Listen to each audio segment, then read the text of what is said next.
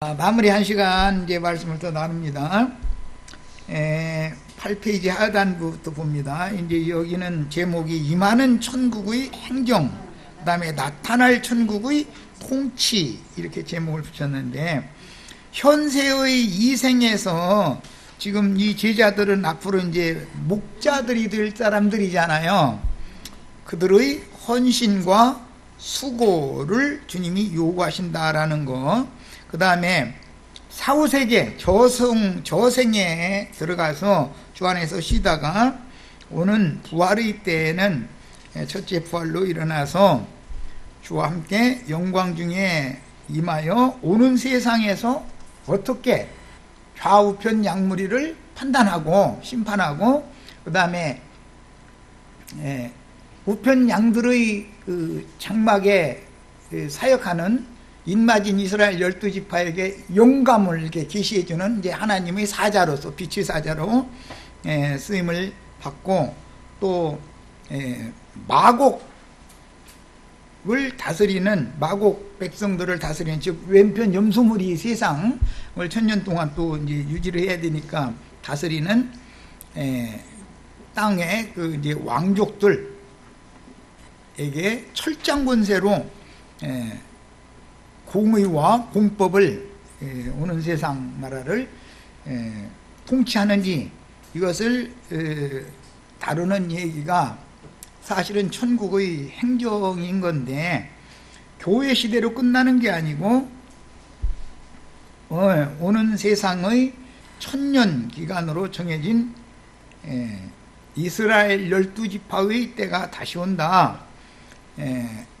그런데 성경에는 이제 다스린다라는 그 용어가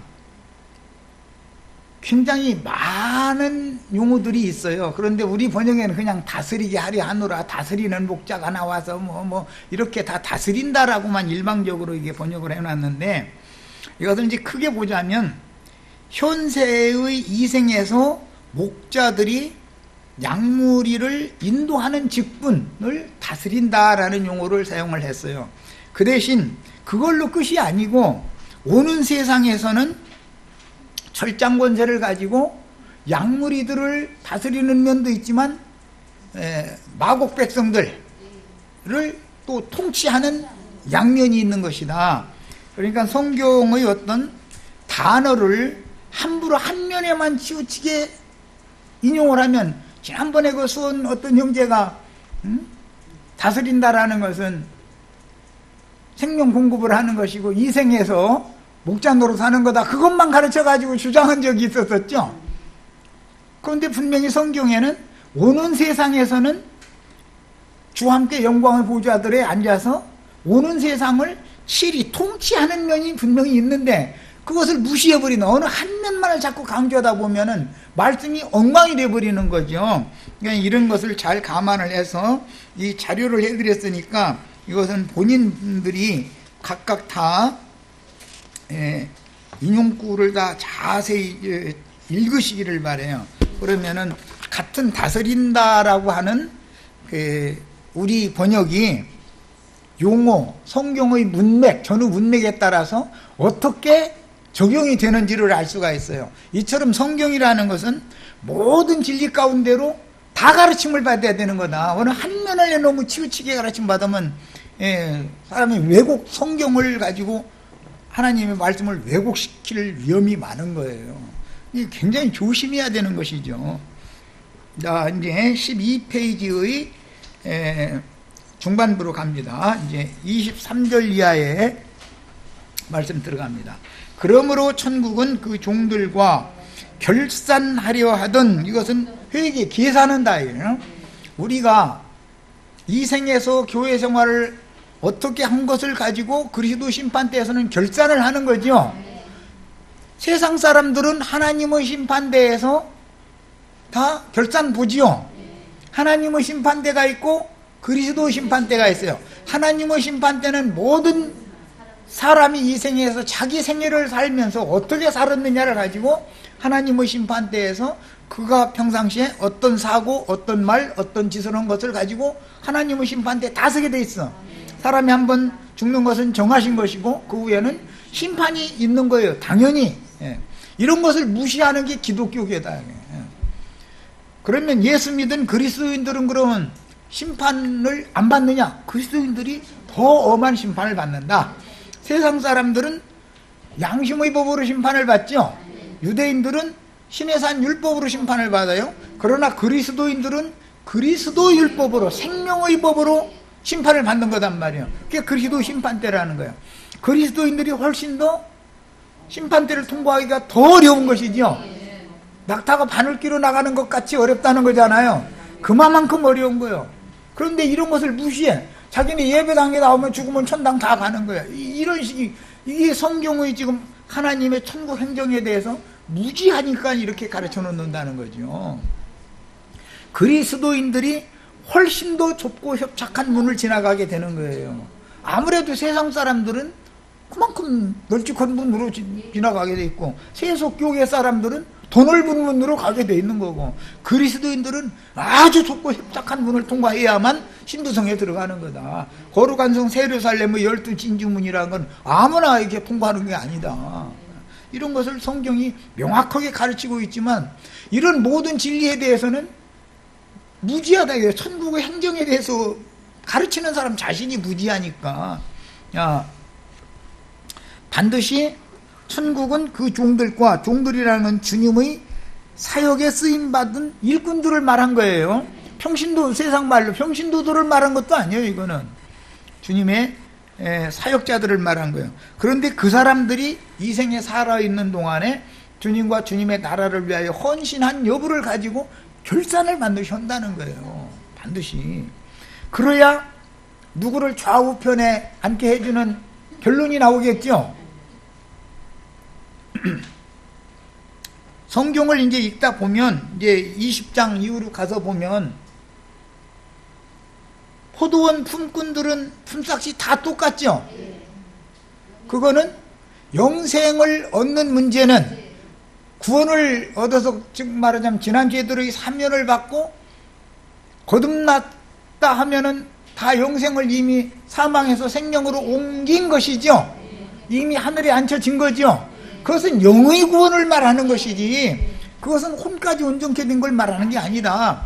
그래서 영의 구원을 받았을지라도, 하루 품삯은 그렇게 받았을지라도, 똑같이 받았을지라도 천국에서는 누가 크니까 하는 문제가 없다는 것이 아니죠. 그 문제는, 내 보좌의 좌우편에 앉게 해주는 그 문제는 하늘에 계신 내 아버지께서 결정하실 문제다 이랬죠.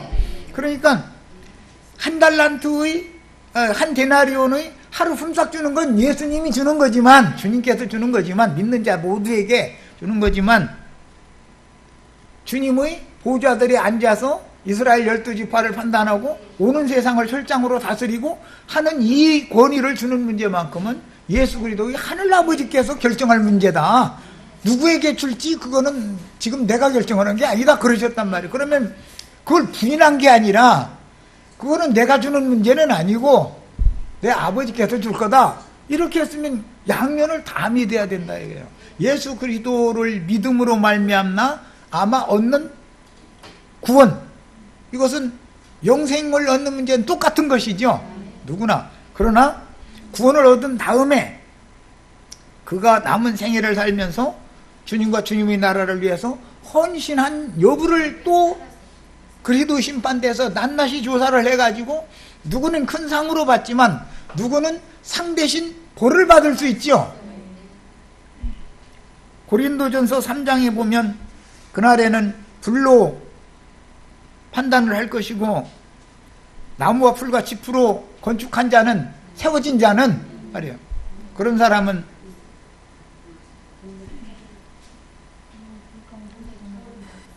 다 그 공적이 다 불살라져 버리기 때문에 그가 신앙생활을 열심히 했지만 공로는 하나도 남지 않는다는 말이잖아요. 그러나 금과 은과 보석으로 건축이 되어진 사람은 공적이 그대로 남기 때문에 그에 따른 상을 받게 마련이다.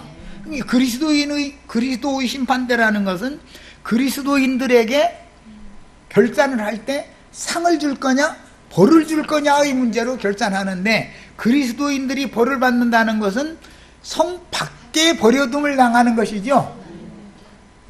바깥 어두운 데 쫓겨나서 그 천년이 차기까지는 슬피 울며 이를 갈게 될 것이다 그랬단 말이야. 우리는 다 성 안에 들어가는 권세를 얻기 위해서 이기는 자로 신부성에 들어가는 신앙을 추구를 해야 되는 것이다. 자, 이게 큰 윤곽은 이렇게 이제 일단 잡아놓고 12절 12페이지 그 중반부부터 봅니다. 결산할 때에 10,000달란트 빚진 자 하나를 데려오매 갚을 것이 없는지라 주인이 명하여 그 몸과 아내와 자식들과 모든 소유를 다 팔아 갚게 하라 하니, 이것은 기본적으로는 모든 인간은 예수 그리스도의 중보가 없으면 하나님 앞에서 10,000달란트의 빚을 다 진 사람들이다라는 걸 기초로 하는 얘기죠. 그런데 이것은 여기서는 베드로와 11 제자들을 염두에 두는 말이기 때문에 너희는 다 같이 10,000달란트의 빚을 가진 빚쟁이들이다. 지금 예수님이 제자들 보고 하는 말인 거예요, 이게. 자, 여기 10,000달란트의 빚은 죄인들이 하나님께 갚아야 할 채무로 상징되는 죄빚을 상징하는 것이다. 그 다음에 채주는 하나님이죠. 죄값을 드러내놓고 죄 지은 데 그만큼에 따른 형벌을 해서 심판하는 분이 이제 채주로 상징이 됐죠. 채주는 범죄자들을 정확하게 판단하고 죄값을 정하여 형벌하실 심판자이신 주님께로 데려왔다. 결산하게 하기 위하여 10,000달란트 빚진 자를 데려왔잖아요. 10,000달란트 빚진 자 하나를 데려오네 그랬잖아요. 이것은 주님의 심판대에 데려왔다라는 말이고, 전도를 해서 사람을 교회로 일단은 데려다 놨다, 지금 그 말이에요. 전도하여 그의 죄악들과 허물들을 드러내는 율법 말씀으로 일단은 먼저는 정죄를 해야 되는 거죠. 먼저 사람에게 전도를 하면 율법 말씀부터 적용되는 거죠. 왜? 아직 육신에 있는 사람들이니까. 율법은 죄 있는 사람에게나 역사되는 거예요. 사면을 일단 받은 사람, 지난 죄들을 복음이 깨달아져서 마음에 믿어짐으로 지난 죄들을 사면 받은 사람에게는 율법을 적용하는 것이 아니라 더 완전한 법인 그리스도 율법이 지금부터 적용되는 거예요. 자, 그러니까 요한의 세례를 먼저 받아야 그리스도의 성령의 세례를 받을 수 있는 조건이 되는 것이죠. 그래서 요한의 세례부터 복음이 시작이 되는 거잖아요. 그러니까 세상 교계를 먼저 가서 거기에서 율법 말씀으로 일단 씻음을 일단 받고 나서 거기서 빼내심을 받아야 주님의 교회로 오는 거예요. 그래서 제자들도 다 사실은 요한에게 가서 먼저 세례 받은 사람들이잖아요. 요한의 제자들이었다가 주님의 제자들이 된 거예요. 여기 있는 이 제자들이 지금 과정이 언제나 있는 거다. 그러니까 세상 교회는 세상 교회대로 하는 일이 있는 거죠. 그러니까 그들은 세상 사람들을 불러내가지고 세상 교회로 세우는 거예요. 그런데 주님의 교회는 세상 교회 사람을 빼내가지고 세상에서는 불러내는 거고, 세상 교회에서는 또 빼내심을 받아야죠. 부르심을 받고 빼내심을 받은 자들은 이기리로다. 이런 반드시 과정이 있게 마련이다. 그러니까 세상 교회에서는 이기는 자가 나올 수 없다라는 말인 것이죠.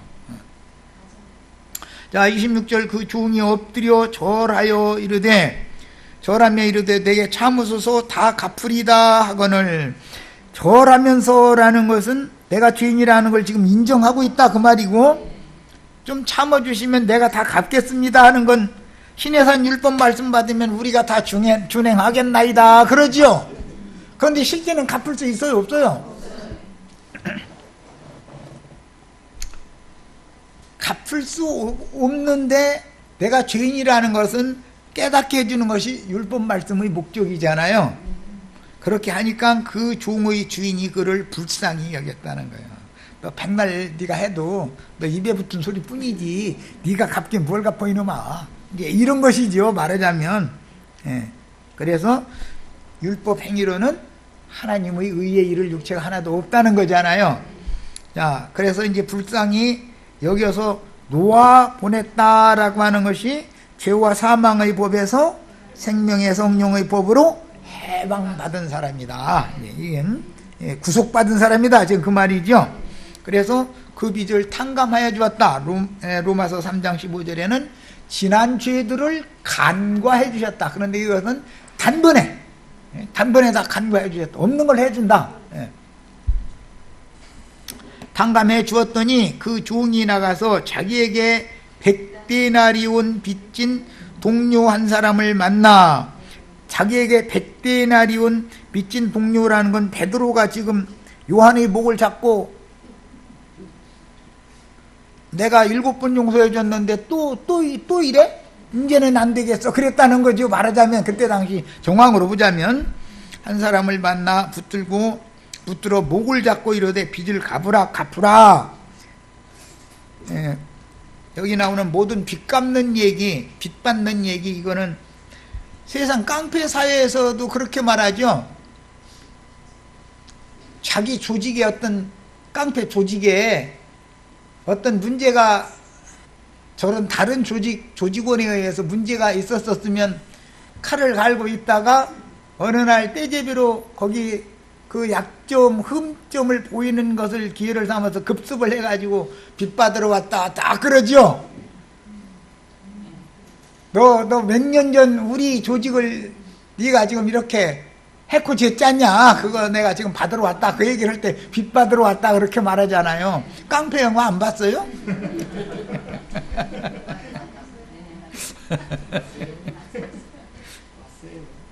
사실은 예수님이 오신 것은 하나님이 빚 받으러 보낸 거죠. 빚독촉으로 사실 오신 거예요. 그런데 예수님은 너무 유순하게 하시니까 얼마나 능력과 권위가 있는 분인지에 대해서 무시해버리려고 그러는 거죠. 체주로 상징된 재판장이신 주님 앞에 데려온 그 사람은 자신의 힘으로는 도저히 갚을 수 없는 채무를 변제하겠다고 말미를 참아주소서 다 갚겠습니다. 그런데 이게 출애굽기 19장에서 인용하는 말이에요. 출애굽기 19장에 보면 시내산 율법 갖다 귀에다 들려주고 황소 잡아가지고 피 뿌리고 다 그러니까 우리가 다 준행하겠나이다 그러는 거잖아요. 그런데 준행해 못해요. 다 하는 거 사치고 몇 가지도 못해. 사실은 시내산 율법을 이렇게 주시는 것은 율법을 다 준행하라는 게 아니죠. 우리는 하고는 싶은데 그것은 마음의 법으로는 하나님의 법을 섬기고자 하는데 내 속에 또 다른 육체 속에 죄의 법이 역사가 해가지고 툭하면 혈기나고 툭하면 육체의 각색 정욕들이 나를 미혹하면 내 양심의 힘으로는 내가 죽은 자인 줄 몰라서 준행하겠나이다 그랬는데 내 양심으로는 능력이 아무것도 없는 이 능력이 없기 때문에 내 양심은 죄의 유혹을 절대 견뎌나고 버티고 이기질 못합니다 이러고 자백해라는 뜻으로 준 것인데 준행하겠나이다 하니까 이게 지금 예수님하고 베드로나 제자들하고 말이 통한다는 거야, 안 통한다는 거야? 시내산 아래에 있는 백성들하고 요거 하나님하고 말이 안 통하죠. 지금 그걸 그대로 이게 지금 반복하는 거예요. 자, 채무자의 일은 정직한 자백과 토소를 들은 죄 빚에 대한 재판장이신 주님은 채주의 입장에서가 아니고 무거운 빚을 진 채무자 죄인의 입장에서 생각하니까 불쌍한 마음이 든 거죠. 채주 입장에서 오면은 불쌍하기는커녕 그러니까 언제까지 갚을 건데 이러고 나 그럼 날짜 여기다 적고 너 지장 찍어 이렇게 나와야 되잖아요. 그리고 그 날짜에 못 갚으면은 세상 사채업자들 깡패 보내버리죠. 직장이고 가정이고 안 가려. 그냥 막 쫓아가서 그냥 막 해대버리지. 엄포놔버리고. 그것은 그런 체주와 빚을 받는 것에만 목적을 두는 체주와 원래 너는 이놈아 네가 무슨 재주로 빚을 갚는다고 그래. 그럼 사람이 이 빚은 하나님의 용서를 받아서 탕감받는 수밖에 없는 건데 지금 그걸 모르기 때문에 이런 거 아니에요. 이것을 가르쳐 주려는 거예요. 속세에서도 말 한마디에 천냥빚 갚는다 그런 속담이 있죠.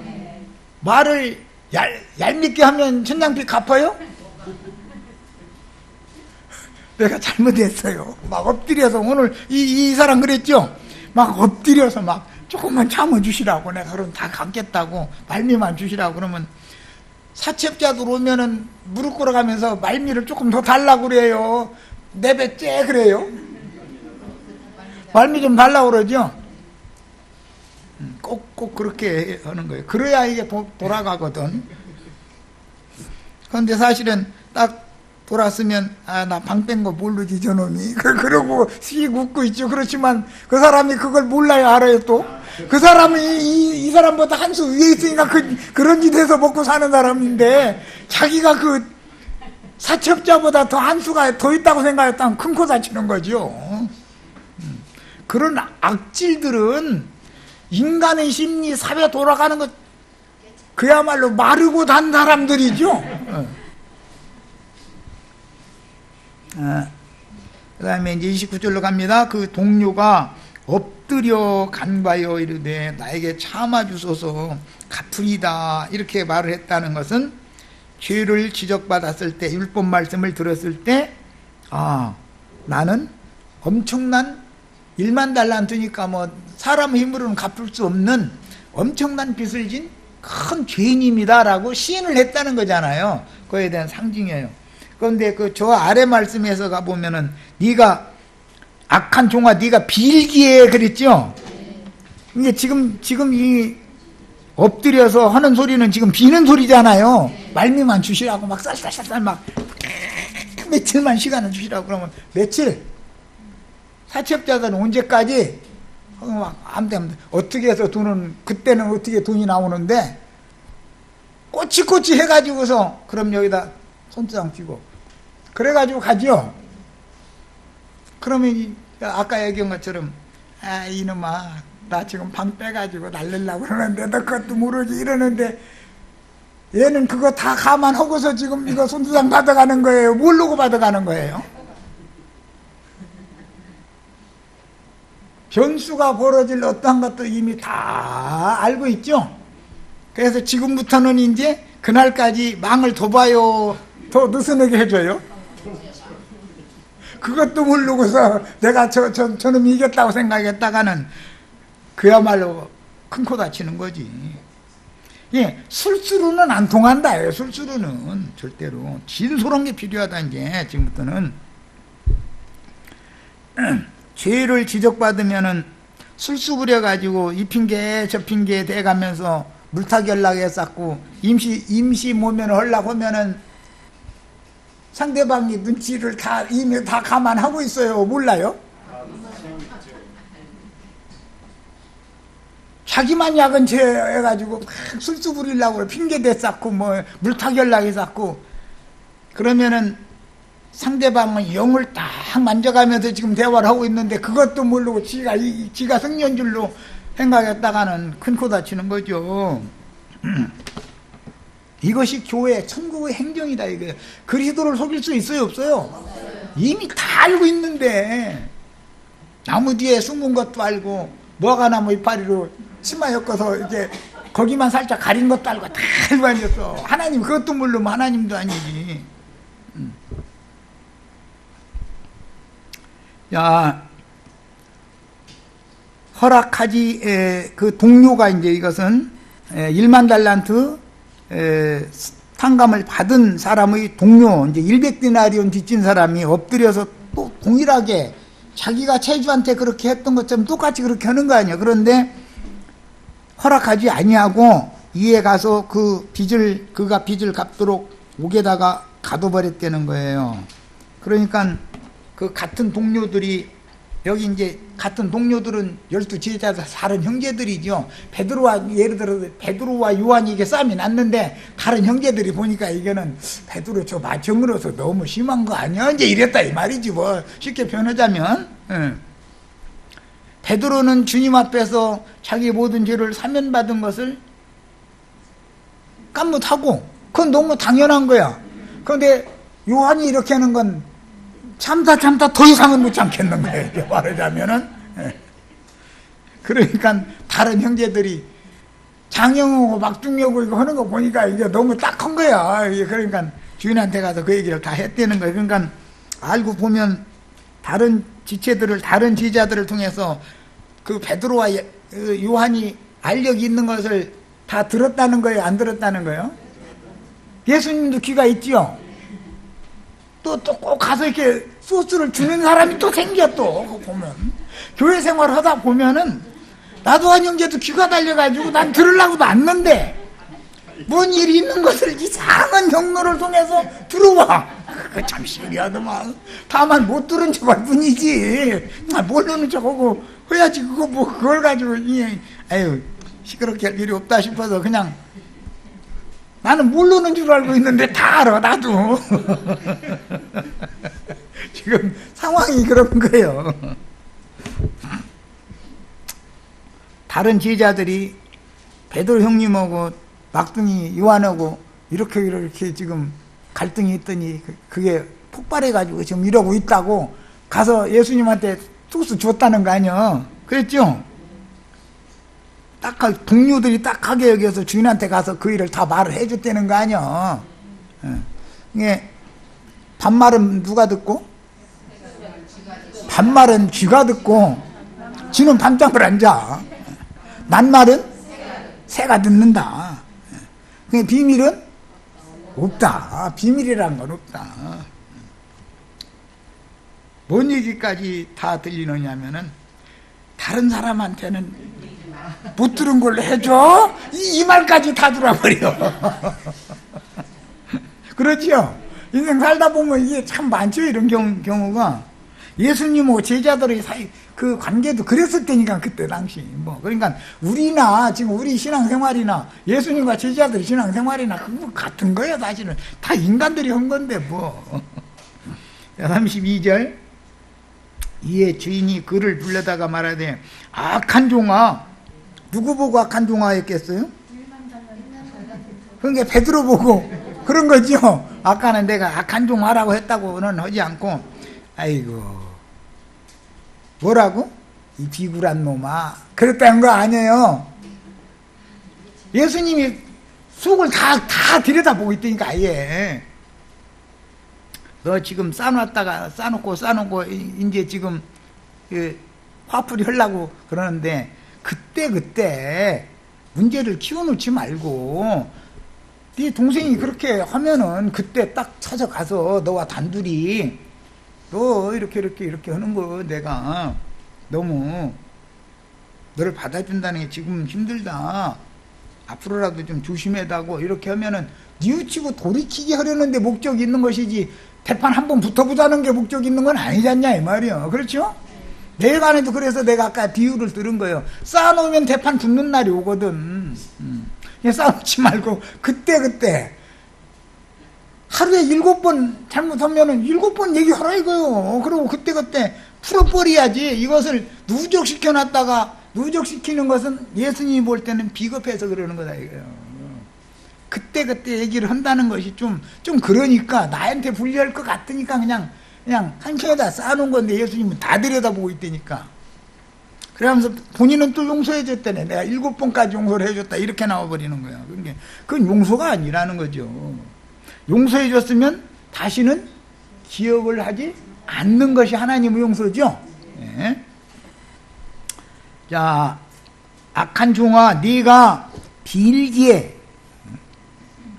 제일 중요한 건 빌었다는 거죠. 잘못을 뭘로 지적받아요? 율법 말씀으로 지적받죠? 요한은 모세와 선지자의 때를 종교라는 사람이니까 그때까지는 요한 때까지는 율법 말씀이 살아서 역사하는 거 아니에요. 요한이 회개하라 라는 것은 너희는 다 죄인이다 라는 것을 깨달으라는 말인 거잖아요. 깨달아서 이와 같이 빈 사람은 예수님이 오셔서 불쌍히 여겨가지고 지난 죄들을 간과 유월절이나 유월시킨다. 그냥 지나가 버린다. 아이고 없던 걸로 하자. 그러면 예수님은 일단 없던 걸로 한 것을 가지고서 기억을 안 치워 다시는. 그런데 기억이 나게 만들어. 오늘 말씀 기억이 나게 만든 사람이잖아 지금. 예수님은 이제 아이고 이제 잊어버리고 끝내자 그랬으면 그걸로 끝이야 되는데 예수님 기억이 도로 나게 만들어 버렸어.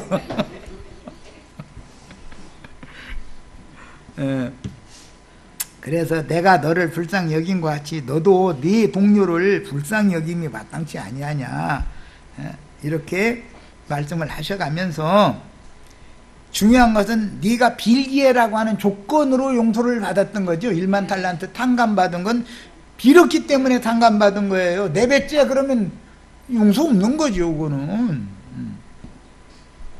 그런데 교회 생활을 하다 보면 네 배째 하는 사람도 가끔 나오죠. 이것저것 핑계거리 찾고 뭐 변명하고 또 물타기 하고 해가지고 이런 식으로 하면은 그 용서 받아요 못 받아요? 이걸 알아야 된다. 딱 무릎 탁 꿇고 내가 잘못했다고 회개하는 것이 제일 중요한 문제다 이거. 이게 주인이 노하여 그 빚을 다 갚도록. 그래 1만 달란트 너 용서받은 것은 생각하지 않고 탕감받은 건 생각하지 않고 남한테 빚받을 것만 너 결국 악착같이 받아내겠다고? 그래 그럼 나도 너한테 악착같이 받아낼게. 이렇게 나올 수가 있다는 거예요. 이게 천국의 행정이다. 기독교계가 이 천국의 행정에 대해서 지금 크게 오해하고 있죠. 지난 죄들을 사면받았으면 단번에 구원받았으면 다 바꿔줄 수 있다라는 것은 꿈에도 생각도 않고 있죠. 이것이 뭐냐, 그것이 마귀의 역사다. 누구한테? 어린아이들한테 미혹의 영이 역사한 것이지 진리의 영은 청년 이상 된 사람들이나 단단한 음식도 다 먹을 수 있는 것이죠. 지난 죄를 사면받는 그 은혜를 원수로 갚는 행위를 해가지고는 안 되는구나 라고 이렇게까지 깨달아야 되는데, 자기 용서받은 것은 당연한 거고, 다른 지체가 내가 주님 앞에 빌었던 것하고 똑같이 비는데 그것은 이제는 안 돼. 왜? 7번 용서해줬다고 했지만 여기가 내가 쌓이고 쌓인 것이 얼마인지 알아 너? 이제는 안 되겠어 그랬다 이 말이죠. 내 간에도 늘 이게 있죠. 쌓아놓는 건 자매님들이지 형제들은 잘 안 쌓아놓는 데니까. 남편이 쌓아놓으면 이제 자매님이 그렇게 얘기할 수 있지. 당신이 이 가정이 가장이고 당신이 내 남편인데 내 앞에서 부끄럽도 아니야? 이렇게 한번 해서 망신 한번 줘야지. 아니 이미 지난 놈은 캐캐 먹은 얘기를 말이야 지금 또 들고 나오는 게 뭐냐고 말이야. 나도 그렇게는 않는데 이렇게 하면은 뜨끔하지. 남편이 얼마나 그 아내한테 뜨끔하겠어. 그러니까 이렇게 권위 있는 생명의 말을, 권위 있는 말을 할 줄 알아야 된다 이거예요. 분을 막 쏟아내는 말만 해짜지 말고. 그럼 백날에도 해결이 안 돼 그건. 분 뿜어내는 얘기하면은 임신은 후려놓은 것 같지만 그것이 더 큰 문제를 야기하죠. 예. 자, 이단락 말씀은 교회 생활을 위한 인자 예수의 구속이 어떤 구속인지를 가르쳐주는 내용으로서 라멕의 77배 저주가 어떻게 71회의 이상으로 실현이 되며 그리스도의 완전한 구속을 받은 형제들이, 지체들이 어떠한 신분으로 어떠한 교회 생활을 실행해야 할 것인지를 지금 가르쳐주는 내용이다. 기독교계가 지금 얼마나 성경을 잘못 가르쳐 놓고 있는 게 딱 드러나지요 벌써. 마태복음 18장 23절로 35절 이 단락 말씀은 최종적으로 시작은 그러므로 천국은 그 종들과 결산하려 하던 어떤 임금과 같으니 하고 결론은 나의 하늘 아버지께서도 너에게 이와 같이 하시리라. 이와 같이 한다는 것은 1만 달란트 탕감받은 거 무효시킨다, 그죠? 네. 이것이 진리다 이거예요. 이게 천국의 행정이다. 그런데 오늘날 기독교계는 한번 구원받으면 너나 나나 할 것 없이 다 천당으로 가고 죽은 다음에 자기네 예배당이 안 나오면 다 지옥으로 가고 이렇게 가르쳐 버리잖아요. 그러니까 여기에는 함정이 있다. 여기에 마귀 미혹이 거기에 있다 이 말이에요.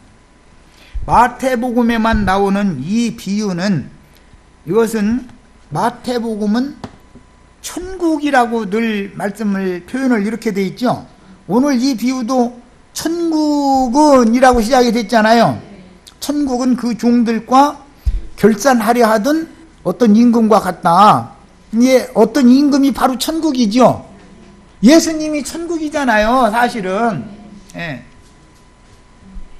전부 마태복음에 보면 천국은 마치 이와 이와 같다. 다 이렇게 돼 있잖아요.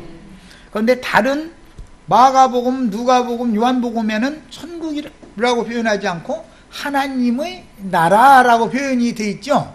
예.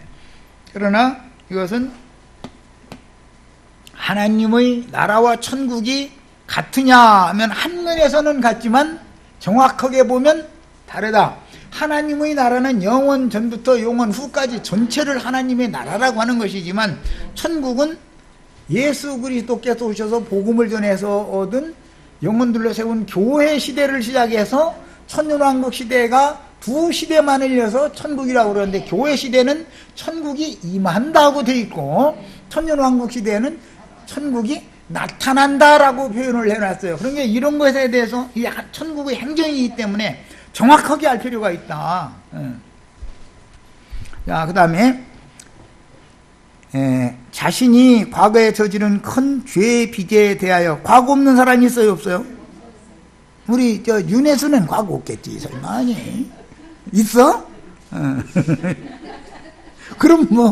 그러면 모든 사람을 성경이 죄 아래 가둔다더니 딱 그 말씀이 맞네. 그럼 저지른 큰 죄의 빚에 대하여 정직한 영으로 자신이 어떤 죄인인지를 시인하며 회개함으로 완전한 용서를 받은 사람이 형제에게 받을 약간의 채무, 이것은 이제 지체들끼리 어떤 혐오이 있을 수가 있다는 거죠. 생활하다 보면 하나님과 나와의 관계는 1만 달란트로 상징을 했고 지체들 간의 관계는 100데나리온으로 지금 상징해 놓은 거예요. 형제가 잘못을 시인하며 빌었지만 형제의 목을 잡고 놓아주지 않았다라는 건 풀어주지 않았다라는 말인데, 이것은 지금까지 베드로가 7번 용서했다고 하는 건 용서했으면 풀어줬어야 되는 건데 용서를 한 게 아니었었던 거죠. 그 원인은 뭐였었어요? 형제가 나에게 범죄하면 가서 딱 그 문제를 가지고 그때 지적을 했어야 되는 거죠.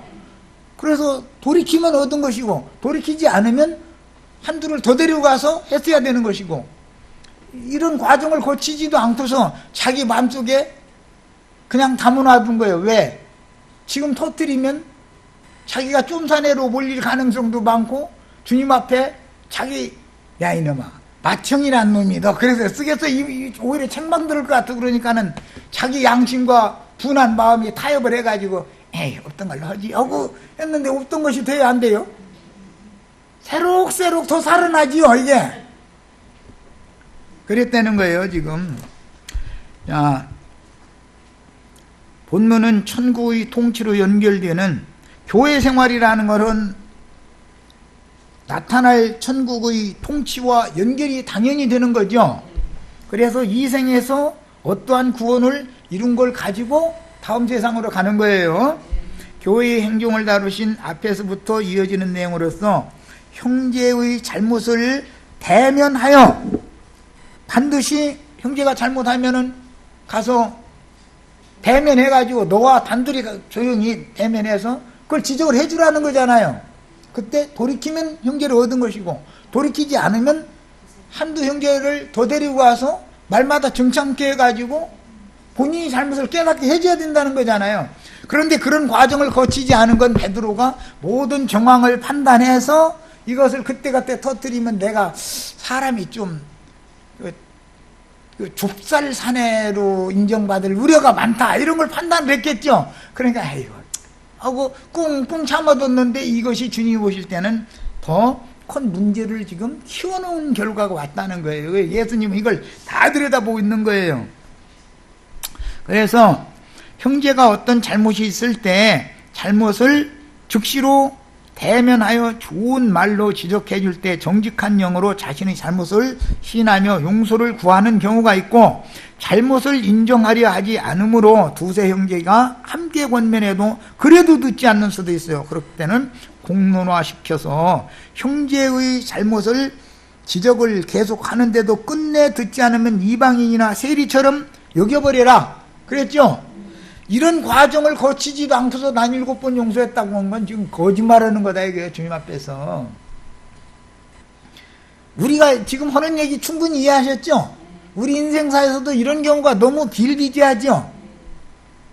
제일 중요한 건 정직한 영이 필요해. 그리고 문제를 쌓아두지 말아라. 본문의 경우는 형제의 잘못을 지적했을 때 정직하게 자신의 잘못을 인정하며 용서를 구하는 경우이므로, 네가 빌기해라고 그랬더니 용서를 구한 거 아니에요. 지금 압달락의 경우와는 정반대의 경우인데, 압달락에서는 교회까지 결국은 공개를 해야 되는 입장이 됐는데도, 그런데도 진심으로 정직한 영으로 돌이키려고를 않고 물타기 하려고 한, 대부분 핑계대거나 뭐 변명하거나 물타기 하거나 이렇게 나오죠. 그렇게 되는 사람은 출애시켜야 된다 이거예요. 그런 사람은 교회의 천국의 통치라는 것이 교회의 권위라는 게, 그런 사람은 엄격하게 처리를 하라는 거예요. 그런데 그 경우와 지금 이번에 나가는 경우는 정반대의 경우죠 지금. 자, 체주 앞에 진 1만 달란트의 빚을 지적을 했을 때 엎드려서 간구하여 이르되 내게 참아주소서 그랬는데, 32절에서는 악한 종아 네가 빌기에 그랬단 말이야. 빌은 거다 이거. 그래서 용서를 받은 거예요. 그러니까 회개하면 용서받는 거예요. 하여튼 어떤 큰 죄라도 빚진 사실을 인정하며 참아달라고 애원했던 것인데, 채무자가 엎드려 자신의 빚을 시인하고 갚겠다고 말을 하지 않으면 그에게는 탕감 대신 거기에 합당한 형벌을 집행하는 것이 천국의 행정이다. 주님의 나라는 무조건 옹냐옹냐하고 무조건 뭐 이렇게 봐주고 그런 게 아니죠. 그분의 공의를 정확하게 집행한다 이거예요. 이것을 알아야 된다. 그 다음에 이런 비유를 하신 이유는 앞에서 교회 중에 형제가 형제에게 맺힌 것을 풀지 않고 화해하지 않을 때 그 책임이 얼마나 막중한지를 가르치려는 것이다. 문제는 베드로가 7번 용서했다고 했지만 그것은 누적시킨 것을 지금 의도적으로 지적하고자 하는 거다 이거예요. 너는 정직하지 않았다. 넌 비굴한 자였다라고 예수님 판단 이렇게 하는 거예요 지금. 지체들이 연합하여 동거하는 교회 모임을 세우려면 가장 중요하게 다루어지는 마태복음 18장의 교회 행정, 천국의 행정인데 이게 다스림이라고 번역이 되어 있죠. 이에 대한 구체적인 내용을 정확하고 바르게 깨달아야 하는데, 어떤 형제가 교회에서 행한 잘못을 지적받으면 나단의 지적을 받은 다윗이 즉시로 자신의 잘못을 인정하며 회개했듯이 자신의 잘못을 인정하며 회개해야만 그가 용서를 받을 수 있는 것이지, 잘못을 지적을 했을 때 사정이 이랬느니 뭐가 어떻느니 해가면서 핑계를 대거나 또는 변명을 자꾸 하거나 또는 물타기를 하거나 이런 식으로 자꾸 빠져나가려고만 하면은 하나님은 그를 심판할 수밖에 없는 거다 그런 말이에요. 이것이 오늘 말하고자 하는 의도예요. 잘못을 지적받은 형제가 다윗이나 세리처럼 자신의 잘못을 정직하게 인정하려 하지 않고 구구한 변명이나 핑계를 대거나 물타기를 하려고 시도하면서 회개한 양들에 대한 주님의 용서를 오해하여 교회가 일방적으로 자신의 주장을 받아주어야 한다고 주장한다면 그는 주님께서 피를 흘려서 이룬 구속을 지금 모욕하는 범죄를 범하고 있는 중이다. 반대로 잘못을 지적받은 형제가 정직하게 자신의 잘못을 시인하며 용서를 구해도 그 형제를 계속 물고 늘어지면서 그의 지난 잘못을 함부로 광포하며 후욕하면서 피로 사신 지체를 미워하는 마음으로 분을 품고 맺힌 것을 풀지 않을 때는 주님이 나를 용서해 준 그 완전한 용서가 무효가 된다라는 사실을 여기서는 강력하게 지금 지적해 주는 얘기다. 그러니까 이제 그래서 땅에서 매면 하늘에서도 매이고, 이 말은 교회가 최종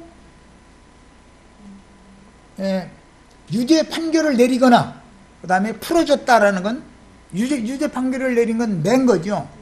그 다음에 풀어줬다라는 것은 용서해줬다라는 말인데, 그에 따라서 하늘 아버지도 교회의 결정을 존중해준다, 지금 그 말이란 말이야. 이런 것 보고 세상나라의 재판에서는 판사가 일방적으로 하는 재판 말고 배심원들과 함께 재판하는 경우가 있죠. 그런 경우다 이거. 배심원들의 청원을 판사가 무시할 바에는 배심원 참석시킬 필요가 없죠. 저건 다 해버리면 되지. 그러니까 주님은 반드시 보좌들이 함께 앉아서, 재판석에 함께 앉아서 배심원들의 의견을 들어본다. 왜? 함께 교회 생활을 실행했던 그 사람들이 정황을 너무 잘 아니까. 그렇죠? 네. 그래서 주님의 판단만 가지고 어떤 걸 판단하지는 않는다는 거예요. 이런 이치를 꼭 깨달으셔야 되겠습니다. 여기까지 해서 일단 마치고 남은 이 페이지는 다음 시간에 잠깐 다루고 19장으로 들어가도록 그렇게 하겠습니다.